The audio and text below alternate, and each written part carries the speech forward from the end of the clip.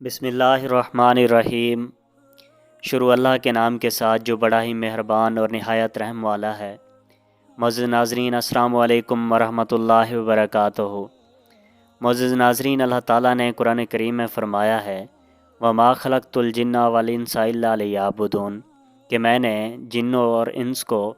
اپنی عبادت کے لیے پیدا کیا ہے،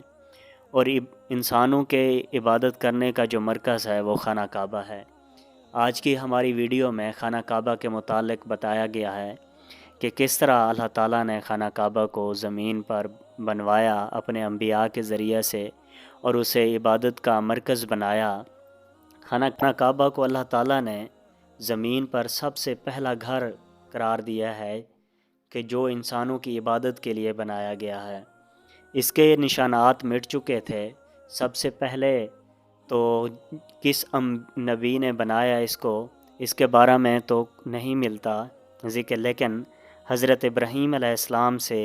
خانہ کعبہ کا باقاعدہ ذکر ملتا ہے، اور باقاعدہ حضرت ابراہیم علیہ السلام کے زمانے سے خانہ کعبہ آباد ہوا اور آج تک آباد ہے۔ حضرت ابراہیم علیہ السلام نے خدائی حکم کے ماتحت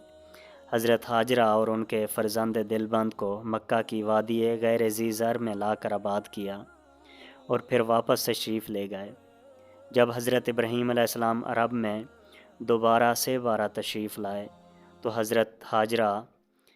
رضی اللہ عنہ فوت ہو چکی تھیں، اور اتفاق سے دونوں دفعہ حضرت اسماعیل علیہ السلام بھی کہیں باہر گئے ہوئے تھے، اور اس وجہ سے باپ بیٹے کی ملاقات نہیں ہو سکی۔ اس پر حضرت ابراہیم علیہ السلام چوتھی دفعہ پھر عرب میں تشریف لائے، اور اس دفعہ دونوں نے مل کر مکہ میں ایک عبادت خانہ کی تعمیر شروع کی۔ یہ عبادت خانہ دراصل بہت پرانا تھا، مگر اس کے نشانات مٹ چکے تھے، اور حضرت ابراہیم علیہ السلام نے خدا سے علم پا کر اسے نئے سرے سے تعمیر کرنے کی تجویز کی تھی۔ حضرت اسماعیل علیہ السلام تعمیر کے کام میں آپ کے مددگار تھے اور پتھر لا کر آپ کو دیتے تھے۔ جب دیواریں کچھ اونچی ہو گئیں تو حضرت ابراہیم علیہ السلام نے ایک خاص پتھر لے کر خانہ کعبہ کے ایک کونے میں نصب کیا، جسے حجر اسود کہتے ہیں، جسے حج میں طواف کے وقت منہ سے یا اشارہ سے بوسہ دیتے ہیں۔ بہرحال حضرت ابراہیم اور حضرت اسماعیل علیہ السلام نے مل کر ان گھڑت پتھروں کا ایک بے چھت چوکور کوٹھا تیار کیا، جس کی بلندی 9 ہاتھ تھی اور طول 32 ہاتھ اور عرض 22 ہاتھ۔ یہی خانہ کعبہ ہے جو آج مرجع خلائق ہے۔ جب خانہ کعبہ کی تعمیر مکمل ہو چکی تو اللہ تعالیٰ کی طرف سے حضرت ابراہیم علیہ السلام کو ارشاد ہوا وَطَہِّرْ بَيْتِیَ لِلطَّائِفِینَ وَالْقَائِمِینَ وَالرُّکَعِ السُّجُودِ وَأَذِّنْ فِی النَّاسِ بِالْحَجِّ یَأْتُوکَ رِجَالًا وَعَلَىٰ کُلِّ ضَامِرٍ یَأْتِینَ مِنْ کُلِّ فَجٍّ عَمِیقٍ کہ میرے اس گھر کو طواف کرنے والوں اور قیام کرنے والوں اور رکوع کرنے والوں اور سجدہ کرنے والوں کے واسطے پاک و صاف رکھ، اور اعلان کر لوگوں میں کہ وہ اس کے حج کے لیے آئیں۔ وہ آئیں گے تیرے پاس پیدل چل کر اور دبلی یعنی لمبے لمبے سفر کرنے والی اونٹنیوں پر سوار ہو کر، جو ہر دور دراز راستے سے آئیں گے۔ یہ اعلان کعبۃ اللہ کے مرکز بننے کی بنیاد ہے، اور ہم دیکھتے ہیں کہ اس کے بعد جلد ہی کعبہ تمام عرب کا مذہبی مرکز بن گیا، اور عرب کے دور دراز حصوں سے اس کے حج کے لیے لوگ آنے لگے۔ اس کے بعد خانہ کعبہ کئی دفعہ ٹوٹ پھوٹ کا شکار ہوا، کیونکہ عرب کے علاقہ میں مکہ کی وادی میں اکثر سیلاب آ جایا کرتا تھا، تو اس میں کبھی سیلاب کی وجہ سے خانہ کعبہ کی عمارت گر گئی، نقصان پہنچا، اور کبھی آگ لگ گئی۔ اس طرح کئی حادثات خانہ کعبہ کو پیش آئے۔ اس کے بعد جو بھی خانہ کعبہ کا متولی ہوتا تھا وہ اس کو تعمیر کرتا تھا، اور کئی دفعہ اس کی تعمیر ہوئی۔ اسی طرح حضرت ابراہیم علیہ السلام کے بعد قصی بن کلاب نے بھی ایک دفعہ اس کی تعمیر کی، اور پھر حضرت صلی اللہ علیہ وسلم کے زمانے میں قریش نے اسے دوبارہ تعمیر کیا، اور انہوں نے اس کے اندر کچھ ترمیمات بھی کیں۔ چنانچہ انہوں نے اس کی بلندی کو زیادہ کر کے اس کے اوپر چھت ڈال دی، اور اس کے اندر 6 ستون بنائے، اور چھت میں ایک روشن دان بنایا گیا اور کعبہ کے دروازے کو اونچا کر دیا گیا، مگر چونکہ ان کے پاس سامان تھوڑا تھا اس لیے وہ کعبہ کو اس کی اصل ابراہیمی بنیادوں پر کھڑا نہ کر سکے، بلکہ انہوں نے ایک طرف کو قریباً 7 ہاتھ جگہ چھوڑ دی۔ اس چھوڑے ہوئے حصے کو حتیم یا حجر کہتے ہیں، اور حضرت صلی اللہ علیہ وسلم نے اسے کعبہ کا حصہ ہی قرار دیا ہے۔ چنانچہ طواف کے وقت اس حصہ کے باہر سے ہو کر گزرنا ضروری ہوتا ہے۔ حضرت صلی اللہ علیہ وسلم نے ایک دفعہ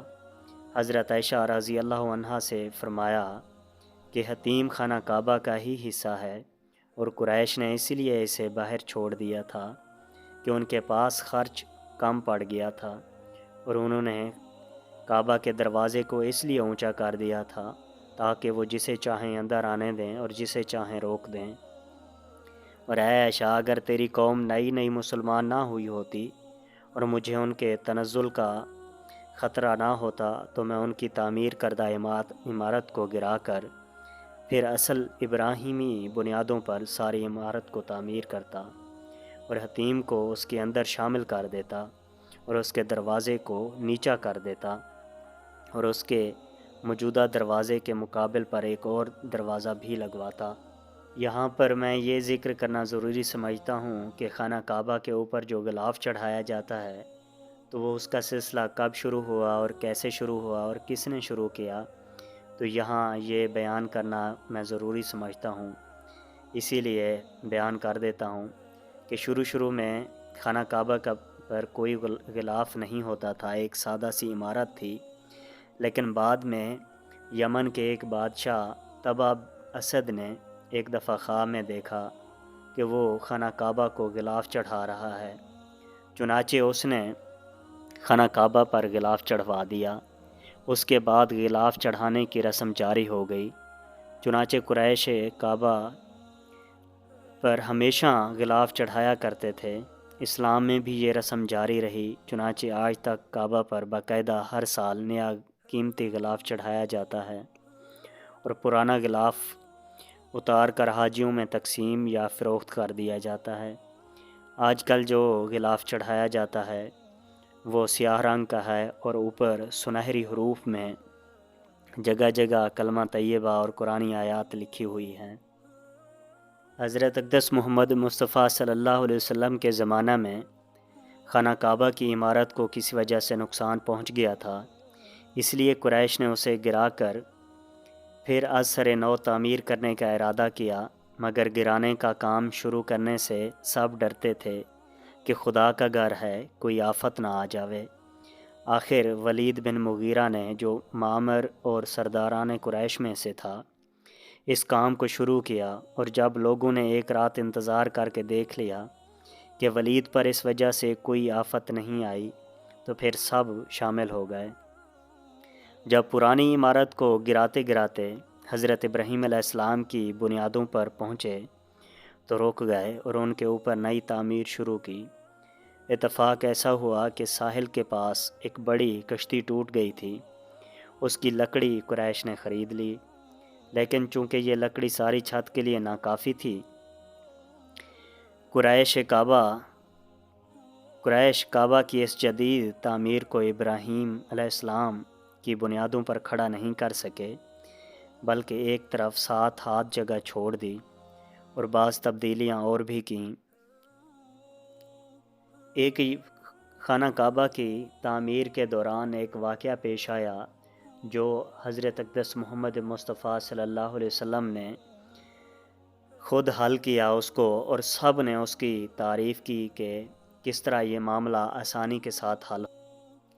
جب قریش کعبہ کی تعمیر کرتے ہوئے حجر اسود کی جگہ پر پہنچے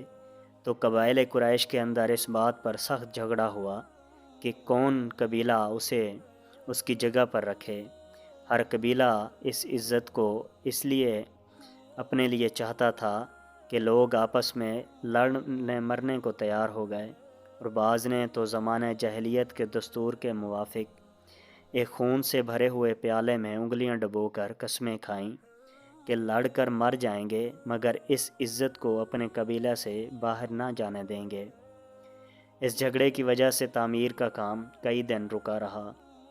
آخر ابو امیہ بن مغیرہ نے تجویز پیش کی کہ جو شخص سب سے پہلے حرم کے اندر آتا دکھائی دے وہ اس بات میں حکم ہو کر فیصلہ کرے کہ اس موقع پر کیا کرنا چاہیے۔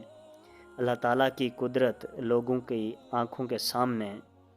حضرت محمد مصطفیٰ صلی اللہ علیہ وسلم تشریف لا رہے تھے۔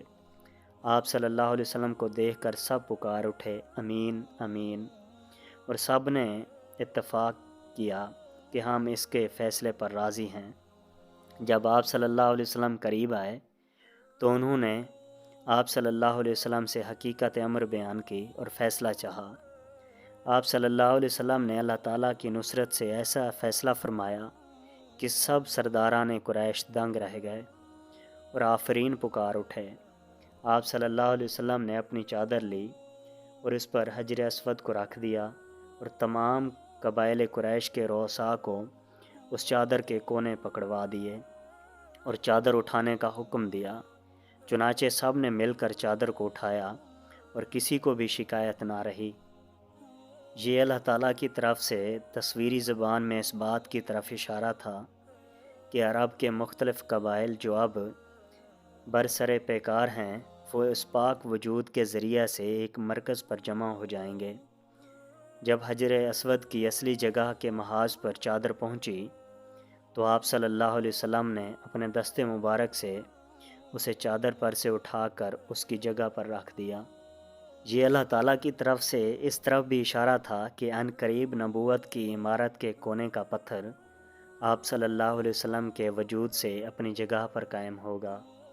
جیسا کہ میں نے بیان کیا ہے کہ قریش مکہ نے بھی خانہ کعبہ کی عبارت میں بعض تبدیلیاں کیں، تو اس سلسلہ میں بتاتا ہوں کہ 64 ہجری میں جب کسی وجہ سے خانہ کعبہ کی عمارت کو نقصان پہنچا تو حضرت عبداللہ بن زبیر رضی اللہ عنہ نے، جو اس وقت مکہ کے حاکم تھے، حضرت صلی اللہ علیہ وسلم کی اس خواہش کو پورا کیا اور خانہ کعبہ کے اندر بجائے 6 ستونوں کے صرف 3 ستون بنوائے۔ لیکن عبد المالک بن مروان نے جب مکہ پر غلبہ پایا تو غالباً اس خیال سے کہ جب حضرت صلی اللہ علیہ وسلم نے اس کام کو نہیں کیا تو اور کسی کو بھی اس کا حق نہیں ہے، حجاج بن یوسف کو حکم دیا کہ عبداللہ بن زبیر رضی اللہ عنہ کی تعمیر کو گرا کر پھر اسی رنگ میں عمارت بنوا دی جاوے جس طرح وہ حضرت صلی اللہ علیہ وسلم کے زمانے میں تھی۔ چنانچہ حجاج نے ایسا ہی کیا مگر 3 ستونوں والی تبدیلی کو بحال رکھا۔ یہ وہ تعمیر تھی جو انبیاء کرام اور صحابہ رسول صلی اللہ علیہ وسلم نے کی۔ اس کے بعد خانہ کعبہ میں آج کل سعودی حکومت نے بھی کچھ تبدیلیاں کیں اور عمارت کو رینیو کیا، دیواریں مضبوط کی گئیں اور چھت کو بھی مضبوط بنایا گیا ہے، جو آج کل خانہ کعبہ موجود ہے۔ معزز ناظرین، یہ تھی ویڈیو جو خانہ کعبہ کی تعمیر کے متعلق تھی۔ اگر ویڈیو پسند آئے تو لائک کریں اور ہمارے چینل کو سبسکرائب کریں تاکہ اس طرح کی اسلامی ویڈیوز آپ تک پہنچتی رہیں اور اسلام آپ تک پہنچتا رہے۔